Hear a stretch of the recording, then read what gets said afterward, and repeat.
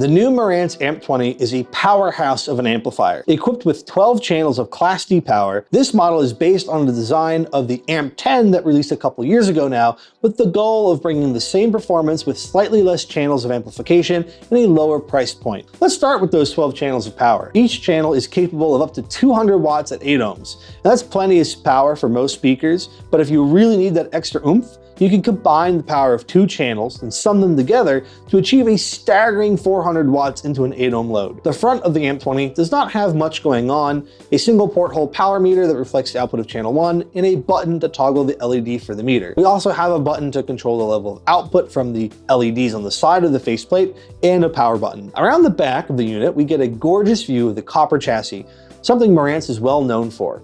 And all of our inputs and outputs, 12 channels, so 12 unbalanced and balanced inputs. At the top of each pair of amp channels is a switch to toggle between unbalanced RCA or balanced XLR audio input. So this unit should be compatible with pretty much every standard home theater processor or all-in-one home theater receiver. I love the little guide on the left-hand side of this chassis that tells you what each pin of the XLR connection is for. So if you are in the field and need to solder together an XLR cable in a pinch, you know exactly what to do. On top of the flexibility of inputs, we also have the flexibility of powering our speakers.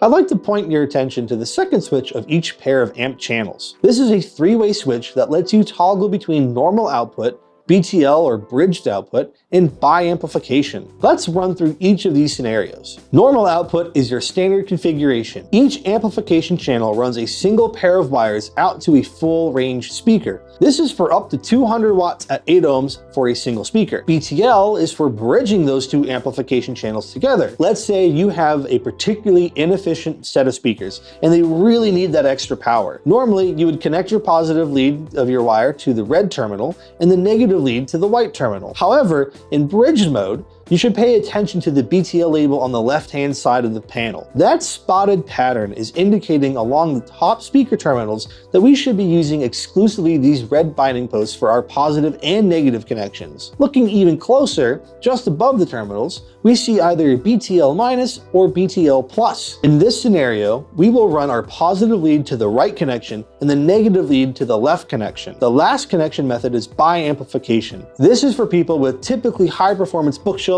or floor-standing speakers that support this bi-amplification method. You will use this to send a full range of 200 watts per channel into each half of your speaker. You'll know your speaker supports this if you can see separate low-frequency and high-frequency inputs on the back of your speakers. No matter the situation, the AMP20 seems to be able to handle it.